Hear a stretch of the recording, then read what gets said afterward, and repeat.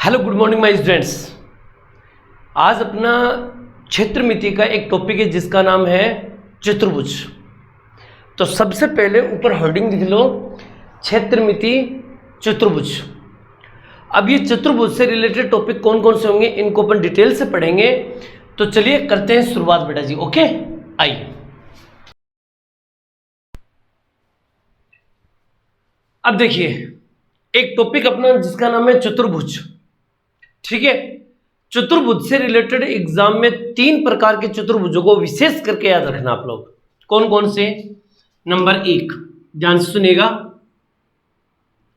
ये 3 चतुर्भुज जरूर ध्यान में रखिएगा। नंबर 1 समांतर चतुर्भुज, और एक समचतुर्भुज, और तीसरा है समलंब चतुर्भुज। केवल 3 चतुर्भुज, समांतर चतुर्भुज, समचतुर्भुज और समलंब चतुर्भुज, ये 3 है। हम एक को पकड़ेंगे, आराम आराम से डिटेल के साथ पढ़ेंगे। आज चतुर्भुज के चैप्टर को फिनिश कर देंगे। ओके, तो चलिए ये डायग्राम बनाइए और करते हैं शुरुआत बेटा जी। ओके, आइए। देखिए क्वेश्चन नंबर 1 और क्वेश्चन नंबर 2, आराम से ठंडे दिमाग से देखिए। प्रश्न बड़ा जबरदस्त है और ज्यादा हार्ड भी नहीं है, ठीक है ना। किसी समांतर चतुर्भुज का आधार, देखो समांतर चतुर्भुज इस तरह का होता है। आयत होता है ना, आयत, आयत का थोड़ा सा क्रॉस कर दो, ये लीजिए। जो जो प्रॉपर्टीज आयत में होती है वो इसमें होती है, यानी कि इसकी भी सम्मुख भुजा बराबर होती है, आमने सामने की भुजा बराबर होती है। समझ गए ना मेरी बात? ये आधार 35, ये आधार हो गया 35 मीटर। क्लियर? आधार 35 मीटर है, ऊंचाई 12 मीटर। ऊंचाई का मतलब हो गया ये, यहां से लेके यहां तक, ये ऊंचाई है 12 मीटर। क्लियर? आधार मेरे पास है 35 मीटर, ऊंचाई मेरे पास 12 मीटर। प्रश्न पूछा है तो बताओ उसका क्षेत्रफल क्या होगा। अगर याद रखिएगा किसी समांतर चतुर्भुज का आधार दे दिया जाए, साथ में ऊंचाई दे दी जाए, तो एक काम करो, इस आधार को और इस ऊंचाई को दोनों को गुणा कर दो आपस में। आधार गुणा ऊंचाई, बस इतना ही काम करना है। मैं दोबारा बता देता हूं, अगर किसी प्रश्न में समांतर चतुर्भुज में आधार दे दिया जाए, ऊंचाई याद रखना, ऊंचाई दे दी जाए, तो दोनों को गुणा करेंगे। 12 पंजू 60, हसल की 6, 12 चौ 12 36, 36 और 6 42, 420, और यहां पर लगा देंगे मीटर स्क्वायर, या हिंदी में लिख देंगे वर्ग मीटर। क्लियर? यही इसका आंसर है, खत्म कहानी। आई होप समझ गए होंगे। जब भी इस पैटर्न में सवाल आए, दोनों को गुणा कर देना, जो आएगा वो आंसर। कोई दिक्कत? आ जाओ, यहां जाओ। किसी समांतर चतुर्भुज की सम्मुख भुजाएं, ठीक है ना, सम्मुख नहीं भी, इसको करो आसन भुजाएं। सम्मुख नहीं, सम्मुख अलग चीज हो जाता है, आसन गलती से लिखा हुआ है, ठीक है ना। किसी समांतर चतुर्भुज की आसन भुजाएं इतनी इतनी है। यदि इसका विकर्ण 20 सेंटीमीटर तो उसका क्षेत्रफल ज्ञात कीजिए। देखिए इस बात को समझिए अच्छी तरह से। कैसे? मान लीजिए समांतर भुजाएं ये आगे, और ये बन गया समांतर चतुर्भुज। क्लियर? अब थोड़ी देर पहले यहां पर क्या लिखा होता है? सम्मुख। सम्मुख का मतलब होता है आमने सामने। अगर आमने सामने की भुजा अगर अलग अलग हुई तो वो समांतर चतुर्भुज नहीं बनता है। समांतर चतुर्भुज में सम्मुख भुजाएं बराबर होती है, इसलिए प्रश्न गलती से लिखा हुआ है, यहां पर आता आसन भुजाएं। आसन भुजा कौन कौन सी होती है? इसके आसन, ये आसन मतलब होता है बगल बगल वाली पर। इसने एक भुजा दे रखी 16 सेंटीमीटर, एक भुजा दे रखी 12 सेंटीमीटर, और उसका क्षेत्रफल और उसका विकर्ण, ये मान लेते हैं विकर्ण, ये विकर्ण हो गया, ठीक है ना। इस विकर्ण की लंबाई 20 सेंटीमीटर है, ये लो 20 सेंटीमीटर, 20 सेंटीमीटर। क्लियर? अगर किसी समांतर चतुर्भुज का कोई प्रश्न हो और उस प्रश्न में ऐसा डायग्राम बन रहा हो, याद रख लेना इस बातों को, इधर भी भुजा है, इधर भी भुजा की लंबाई, और बीच में विकर्ण दे रखा हो, और आपसे पूछा जाए क्षेत्रफल ज्ञात करो, तो इसका डायरेक्ट क्षेत्रफल नहीं निकलेगा, बस याद रखना इस बात को। दोबारा बताऊं, सुनो ध्यान से। अगर कोई समांतर चतुर्भुज का प्रश्न हो और जिसमें ये भुजा और ये भुजा दे दी जाए और साथ में ये भुजा भी दे, विकर्ण भी दे दिया जाए, अगर इस पैटर्न पे कोई सवाल आए, इस पैटर्न पे याद रखना, कोई भी सवाल आए और आपसे पूछा जाए कि क्षेत्रफल ज्ञात कीजिए, तब आपको एक काम करना है। क्या करना है सर? आ जाओ बताता हूं। सबसे पहले इस त्रिभुज को पकड़ लो और हीरोन का सूत्र लगा दो, जो मैंने शुरू में आपको क्षेत्रमिति का पहला डे पढ़ाया था। कैसे, मैं बताता हूं। पहले तीनों को जोड़ेंगे, तीनों को जोड़ो, आप बोलोगे 20 और 12 32 48। मैंने कहा 48 का हाफ कर दो तो कितना हो जाएगा? 24। तो अब आपको क्या करना है, यहां पर अंडर रूट लगाना है। ध्यान से सुनना, ये काम कब करना है? जब ये ऐसे पैटर्न में आ जाए। अंडर रूट करना, सबसे पहले 24 को लिखो, लिख दिया 24 को, गुणा, या 24 को बीच में लिख दो, ये रहा 24। अब आपको क्या करना है, सुनो। पहले 24 को लिखेंगे, 24 में से 12 घटाओ, 12 बचेगा। 24 में से 20 घटाओ, 4 बचेगा। और 24 में से 16 घटाओ, 8 बचेगा। कोई दिक्कत? अब ये प्रश्न याद कर लीजिएगा। अगर किसी को ये प्रश्न नहीं समझ में आ रहा है तो मैं आपको ये बोलूंगा, पहले जाके डे नंबर 1 देख लेना, ये पैटर्न मैंने वहां पढ़ाया है। लेकिन ध्यान रखना, ऐसा डायग्राम बन गया तो आपको ऐसे ही करना है। अब क्या करेंगे, आ जाओ। यहां 12 है, यहां 24 है, तो 24 को मैं 12 गुणा 2 लिख सकता हूं। 12 गुणा 2, और यहां पर ऑलरेडी 12 है, यानी कि हमें ऐसे टुकड़े करने की जोड़े बन जाए। तो मेरे पास 12 तो था यहां पर, मैंने 24 को लिख दिया 12 गुणा 2। सर आपने 12 गुणा 2 क्यों लिखा? ताकि 12 करने से जोड़ा बन जाए। गुणा, यहां पर 4 है, लेकिन यहां पर देखो 8 है। क्या 8 को मैं 4 गुणा 2 लिख दूं? आप बोलोगे सर 4 गुणा 2 लिखने से फायदा क्या होगा? मैंने कहा 4 का जोड़ा बन जाएगा और साथ में 2 का भी जोड़ा बन जाएगा। और अब इसका कर देंगे अंडर रूट। अंडर रूट करते समय एक काम करना है, जोड़े देख लो कौन कौन से बन रहे हैं। एक 12 का जोड़ा बन गया, एक 4 का जोड़ा बन गया, और एक 2 का जोड़ा बन गया। ले लीजिए और इनको गुणा कर लो। 12 कम 12, 12 24 से 12 चौक 48, 48 दूनी 96, 96। कितना आ गया? 96। लेकिन अभी उत्तर नहीं हुआ है। अब सुनो, उसका क्षेत्रफल ज्ञात कीजिए। तो आपको क्या करना है, जब भी क्षेत्रफल ज्ञात करना हो तो 96 जो आया है ना, 96 जो है वो सिर्फ एक भाग का है, और यहां पर कितने भाग है? 2। तो आपको एक काम करना है, 96 को 2 से मल्टीप्लाई कर दो। 9 दूनी 18, 6 दूनी 12, 192, और यहां लिख देंगे सेमी स्क्वायर आंसर। मेरा काम इस टॉपिक में सिर्फ इतना बताना है कि जब भी कभी ऐसे क्वेश्चन एग्जाम में आए, समांतर चतुर्भुज के 2 ही प्रश्न आज तक एग्जाम में आते हैं, 2 ही प्रश्न। क्या तो ऐसा आएगा तो इसको डायरेक्ट गुणा कर देंगे, खत्म करें, या ऐसे पैटर्न में आएगा। और ऐसे पैटर्न में आए तब आपको ये हीरोन का सूत्र लगाना है, फिर जो आंसर आए उसको 2 से गुणा करना है। दोबारा गलती नहीं होगी ऐसी। समझ में आ गए दोनों प्रश्न? क्लियर? अगला मैं बताऊं, पहले आप इसको नोट कर लीजिए, फटाफट कीजिए। अब देखिए क्वेश्चन नंबर 3 और क्वेश्चन नंबर 4, बात को आराम से समझिएगा, ठीक है ना।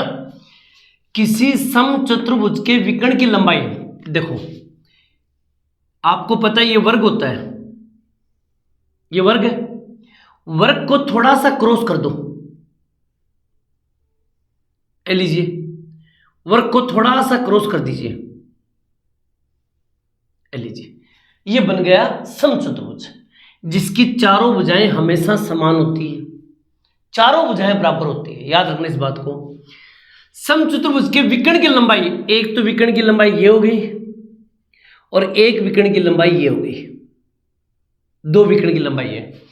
एक 40 है और एक 24 है। हमें पता है कि ये बड़ी वाली तो 40 होगी, 40 मीटर, और छोटी वाली 24 मीटर होगी। अब प्रश्न ये पूछा गया आपसे हो तो उसका क्षेत्रफल ज्ञात कीजिए। अगर किसी समचतुर्भुज के इस विकर्ण की लंबाई दे दी जाए, इस विकर्ण की लंबाई दे दी जाए और आपसे पूछा जाए कि क्षेत्रफल ज्ञात करो, तो कुछ नहीं करना, एक छोटा सा काम करना है, इन दोनों को आपस में गुणा करो, विकर्ण गुणा विकर्ण, विकर्ण गुणा विकर्ण और बट्टे 2 लगा दो, बस। विकर्ण को विकर्ण से गुणा करो और 2 से डिवाइड कर दो। अब आप 2 का भाग दोगे इसमें, तो 2 का भाग दोगे तो 20 बढ़ जाएगा, 24 दूनी 48, 480 मीटर स्क्वायर, यही इसका राइट आंसर होगा। समझ में आया मेरी बात? ये अगर विकर्ण दे दिया जाए तो अब यहां पर देखो, किसी समचतुर्भुज का परिमाप 100 मीटर है, आप थोड़ा दिमाग लगाओ रे, ये समचतुर्भुज है, मान लेते हैं ये समचतुर्भुज है, ओके। अब प्रश्न क्या दे रखा है, समचतुर्भुज का परिमाप 100 मीटर है। परिमाप का मतलब होता है चारों भुजाओं का योग, और हमें यह पता है कि इसकी चारों भुजाएं क्या आती है, सेम होती है, सेम होती है। तो परिमाप का मतलब 100 है, तो एक भुजा कितनी होगी, तो आप बोलोगे सर 25 होगी, क्योंकि ये भी 25 होगी, ये भी 25 होगी, ये भी 25 होगी और ये भी 25 होगी, तभी तो 25 चौक 100 हुआ होगा। कोई दिक्कत थोड़ी है। आगे सुनो, यदि उसका एक विकर्ण 14 सेंटीमीटर, आ जाओ भाई, इसका एक विकर्ण मान लेते हैं कि ये 14 सेंटीमीटर मान लेते हैं, ये 14 है, कितना सेंटीमीटर है, 14 सेंटीमीटर है, क्लियर। अब यहां पर आपसे सवाल क्या पूछा गया है, इसका दूसरा विकर्ण कितना होगा, ये दूसरा विकर्ण पूछ रहा है कि ये कितना होगा, क्लियर। मान लेते हैं कि ये दूसरा विकर्ण है, ये मान लेते हैं ये दूसरा विकर्ण, क्लियर। इस दूसरे विकर्ण की लंबाई क्या होगी, क्या तो ये प्रश्न पूछेगा आपसे, यह पूछेगा उसका क्षेत्रफल क्या होगा। दोनों स्थिति में देखिए अच्छी तरह से मैं आपको बताने की कोशिश करता हूं, क्लियर। अब सुनिएगा एक छोटी सी बात, अगर कोई समचतुर्भुज के विकर्ण आपस में कटते हैं तो हमेशा 90 डिग्री का कोण बनता है, याद रखना इस बात को। कितने डिग्री का कोण बनता है, 90 डिग्री का कोण बनता है। एक काम करते हैं, एक नंबर लगा रहा हूं मैं यहां पर, ये एक नंबर, इस एक नंबर वाले को थोड़ा साइड में ले लेते हैं और एक 90 डिग्री के कोण का त्रिभुज बना लेते हैं। ले लीजिए, बना लिया त्रिभुज, ये 90 डिग्री का कोण लो, त्रिभुज बन गया। सोच के देखो, मैंने इसको लिया है, ले लिया, 90 डिग्री का कोण यहां बन गया, इसके सामने की भुजा 25 है तो यहां पर 25 कर दिया मैंने। बोलो समझे नहीं समझे, कर दिया 25। और बताओ सर और क्या करें, करेंगे, देखो आ जाओ।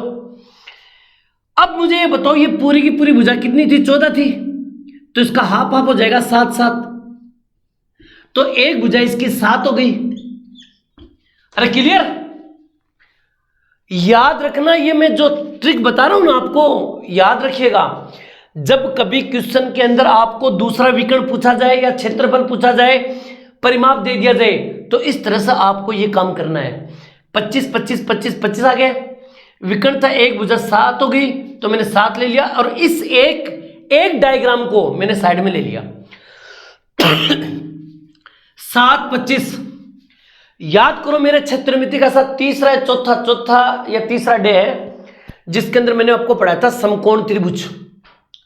और समकोण त्रिभुज के अंदर मैंने क्या कहा था आप लोगों को, मैंने कहा था कि ये 7 है, ये 25 है, तो 7 और 25 का एक जोड़ा बताया था मैंने, 7 24 25, याद रखिएगा, 7 24 और 25, ये जोड़ा अच्छी तरह से याद रख लीजिएगा।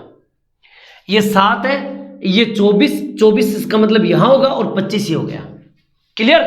अब सुनिएगा गौर से, अगर ये 24 है तो ये 24 होगा, अगर ये 24 होगा तो इधर वाला ये भी 24 होगा।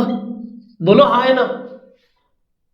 अरे बात समझे ना, मैंने एक त्रिभुज बना के इस तरह का डायग्राम तैयार कर लिया, ओके। अब सुनिएगा गौर से, इसका दूसरा विकर्ण कितना होगा, तो सुन लीजिए इसका आंसर, 24 ये 24 और 24 48 मीटर, ले लीजिए। इसके दूसरे विकर्ण की लंबाई होगी 48 मीटर। उसका क्षेत्रफल क्या होगा, क्षेत्रफल क्या होगा, हमें पता है कि समचतुर्भुज का अगर विकर्ण मिल जाए और क्षेत्रफल निकालना हो तो हम दोनों को गुणा करेंगे, 2 से डिवाइड कर देंगे। हमारे पास विकर्ण आ चुका है, इस विकर्ण की लंबाई 14 है और इस विकर्ण की लंबाई 48 है, तो हम क्या करेंगे 14 को 48 से गुणा करेंगे और 2 से डिवाइड कर देंगे। 2 संति 14, 7 से गुणा कर देंगे। 7 तो 8 56 असल की 5, 7 चौक 28, 28 और 5 33, 336 मीटर स्क्वायर, यही इसका राइट आंसर है। समझना है मेरी बात? ये बोलो कोई दिक्कत? इस तरह से हमें इन प्रश्नों को सॉल्व करना है। मेरी बात समझ रहे हो मैं क्या बोल रहा हूं? पूरी कहानी समझ में आ गई? कोई दिक्कत है क्या? याद रखिएगा मैंने कैसे कैसे डायग्राम बनाया है, ये विशेष करके याद रखिएगा। और इस डायग्राम के अंदर 90 डिग्री का कोण बनेगा। 90 डिग्री का कोण बने तो अलग से त्रिभुज बना लेना, कर लोगे ना? फिर उस त्रिभुज के अंदर पाइथागोरस वाली ट्रिक, समकोण त्रिभुज वाले वो जोड़े यहां रख के इसका मान निकाल लेंगे। और कोई बच्चा पूछेगा सर ये जोड़े कैसे है, तो जाके समकोण त्रिभुज के देख लो अच्छी तरह से। और फिर भी नहीं आए तो एक सूत्र बता दे तो हम आपको यहां पर लगेगा कर्ण स्क्वायर बराबर आधार स्क्वायर प्लस लंब स्क्वायर वाला सूत्र। लेकिन सूत्र के जमेले मत पढ़ो, मैं आपको पहले भी बोल रहा हूं, इसीलिए जाके वहां देखिए। और ये 2 प्रश्न समचतुर्भुज के आते हैं, दोनों प्रश्नों को देख लेना मैंने कैसे कैसे करवाए हैं, याद रखेगा अपनी खोपड़ी में। ओके, आगे मैं पढ़ाऊं, नोट कर लीजिए फटाफट कीजिए। क्वेश्चन नंबर 5 और क्वेश्चन नंबर 6, इन प्रश्नों को ध्यान से देखिएगा। प्रश्न दे रखा है किसी चतुर्भुज, और यहां न तो समांतर चतुर्भुज का नाम है ना सम चतुर्भुज का नाम है, ओनली चतुर्भुज दे रखा है। किसी चतुर्भुज की 2 समांतर भुजाओं की लंबाइयां इतनी इतनी है। 2 समांतर भुजा मान लेते हैं, एग्जाम्पल तौर पे मान लेते हैं ये चतुर्भुज है, मान लेते हैं ये चतुर्भुज है। क्लियर? ये चतुर्भुज है, इसकी 2 समांतर भुजा मतलब एक ये भुजा हो गई और एक ये भुजा हो गई। समांतर भुजाओं की लंबाई 20 और 24 है, तो एक मान लेते हैं ये 20 है और इधर वाली मान लेते हैं 24 है। क्लियर? उनके बीच की दूरी, इनके बीच की दूरी का मतलब ये है 12 सेंटीमीटर हो, तो उसका क्षेत्रफल ज्ञात कीजिए। आपको कुछ नहीं करना, एक छोटा सा बात, अगर ऐसा कोई डायग्राम बन रहा हो जिसमें समांतर भुजाएं दे रखी हो, उनके बीच की दूरी दे रखी हो, तो आपको एक ही काम करना है, जब भी क्षेत्रफल निकालना हो तो पहले समांतर भुजाओं को जोड़ दो। यानी कि मैंने क्या बताया, समांतर भुजाओं का योग, समांतर भुजाओं का योग और गुणा ऊंचाई, उसकी कितनी ऊंचाई है, दोनों को गुणा करके 2 से डिवाइड कर देंगे। बस इतनी बात याद रखना। पहले समांतर भुजाओं को जोड़ेंगे तो 24 और 20 कितने हो गए, 44। आप बोलोगे सर 44 गुणा उनके बीच की दूरी 12 और बट्टे 2 से काट दो, 2 दूनी 4, 2 दूनी 4, 22 और 12 को गुणा कर दो, 12 दूनी 24, 25 26, 264 मीटर स्क्वायर, यही इसका आंसर है। समझ में आई बात है? 264 मीटर स्क्वायर, यही इसका राइट आंसर है। क्लियर? आ जाओ यहां पर। किसी चतुर्भुज की 2 समांतर भुजाओं का योग 40 मीटर है। यह है चतुर्भुज, ए लीजिए। क्लियर? 2 समांतर भुजाओं का योग, इस समांतर भुजा का और इस समांतर भुजा का योग पहले से दे रखा है। ये कितनी नहीं दे रखा, उसने योग पहले से दे रखा है। और यदि उसका क्षेत्रफल कितना है, 300 मीटर, तो बताओ उसके बीच की दूरी क्या होगी। हमें पता कि क्षेत्रफल जब निकालना होता है तो इसका फॉर्मूला ये होगा, समांतर भुजाओं का योग कितना, 40, ठीक है ना, योग 40 हो गया, गुणा ऊंचाई हमें फाइंड करनी है, उनके बीच की दूरी, ये दूरी हमें फाइंड करनी है, तो इसको मान लेते हैं अक्स और बट्टा 2। क्लियर? 2 का भाग देने पर उत्तर आना चाहिए 300, उत्तर आना चाहिए 300। नहीं समझे? अरे क्षेत्रफल का फॉर्मूला क्या होता है, समांतर भुजाओं का योग तो 40 है, ये रहा योग 40, ऊंचाई को मैंने अक्स मान लिया, बट्टे 2, और जब इसको काटेंगे तो उत्तर क्या आएगा, क्षेत्रफल का आएगा। क्षेत्रफल ऑलरेडी 300 दे रखा है, 2 का भाग 2, 20 दूनी 40 और 20 का भाग इसमें दे दो, अक्स बराबर 300 बट्टा 20, 15 दूनी 30, 15 मीटर। कितना मीटर आएगा? 15 मीटर। यही इसका राइट आंसर है। कितना मीटर आएगा? 15 मीटर। अब मुझे बताओ, ये मामला समझ में आया? कोई दिक्कत नहीं इसमें? एक प्रश्न और लास्ट एंड फाइनल बताऊं, इसको नोट कर लो फटाफट बेटा जी, कीजिए। अब देखिए question number 7, last and final question.